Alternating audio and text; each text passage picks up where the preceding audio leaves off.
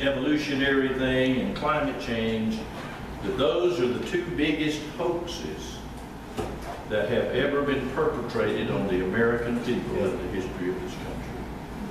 And it has had an effect on our society in ways that most of us don't even imagine. Well, that's some of the things that we're getting for the money.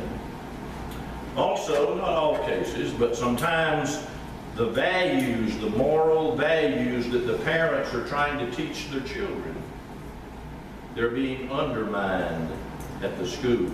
Sometimes in very subtle ways, and sometimes in more direct ways.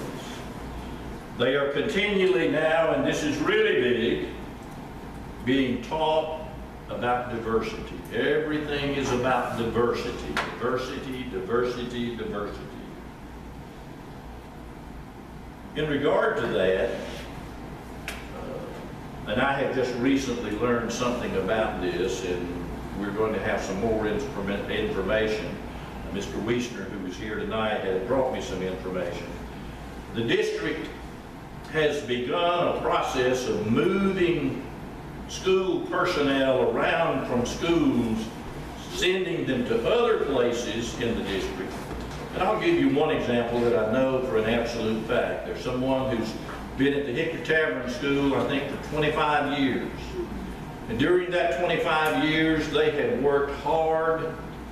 They have built up a trust relationship with the parents and the students, and everything is going well. Well, that person's being transferred somewhere else. And there are a bunch of teachers, it's my understanding, that this is going to be maybe as many as 40 or 50 that are going to be transferred or threatened with transfer. But a lot of them, if they can afford to do so, they're either going to retire or go somewhere else. And diversity is one of the driving things in that. They are very big on diversity in almost every area except one. When it comes to the school bond issue, they are totally against diversity. They don't want anybody to say anything about it except them.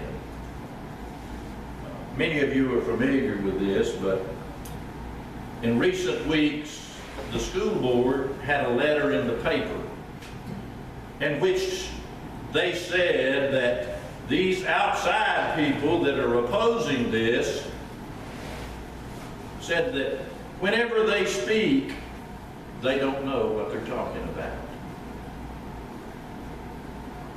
And then they went on to say a little bit later in that same article, these people should not be listened to. In fact, they said because they are not a part of our side, their information should be disregarded.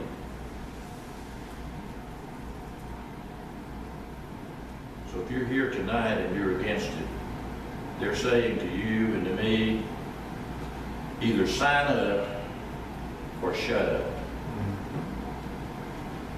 Are you going to shut up? Good. Now, one other thing that I want to touch on in regard to this, and this I think is very important.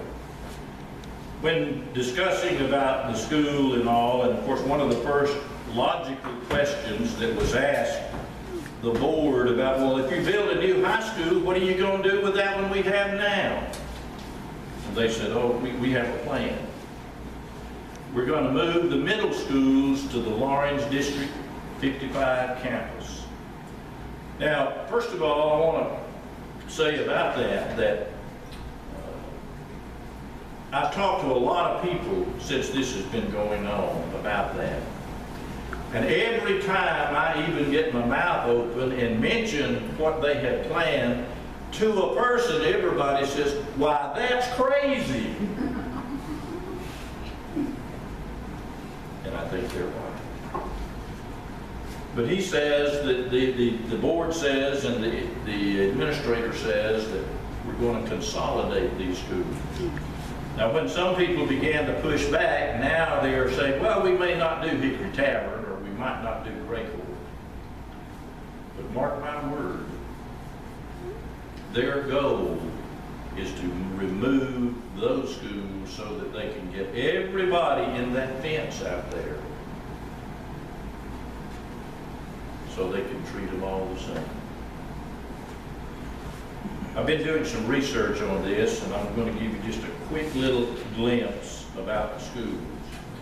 You know, it's been the notion of school people for quite some time now. Let's build big schools, you know, bigger, better, it's cheaper, and all of this. Well, these people, Education World is the name of the group, and they try to do things to help educators truly educate. They did a study about school size. They evaluated schools in California, West Virginia, Alaska, Montana, Ohio, Georgia, and Texas. They studied 13,600 urban, suburban, and rural schools in 2,290 districts. So this wasn't just some little bitty thing, you know, that was done. This was done over a considerable period of time. And guess what they discovered? Size matters. And here's what they said about size mattering. Test scores drop in large schools. In small schools, dropout rates are significantly lower. Students have higher grade point averages. Students have better attendance records. Fewer students fail the courses. Students demonstrate persistence toward graduation. Teacher satisfaction is way up in smaller schools. Fewer students are retained at the elementary level. There are fewer discipline problems in smaller schools. Students achieve higher standardized test scores in reading. There are greater expectations both on the part of teachers, students, and parents in smaller schools than larger schools. And finally, and this is where common sense kicks in, it says where everyone knows your name. Anybody remember Cheers? It says, although a variety of factors affect student achievement, the greatest factor was the reduction of anonymity.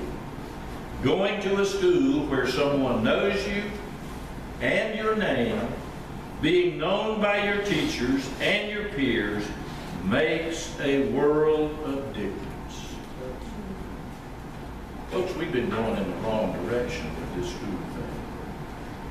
We don't need to be crowding more and more and more people. And by the way, this study focused on middle school students.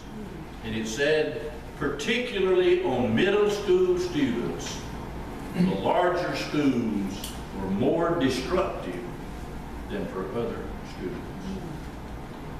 So, that's where we are. I thank you for listening to that, and now we're going to talk about some things that you can do to help. And when we're done with that and we get through talking or visiting or whatever you want to do, we will be done.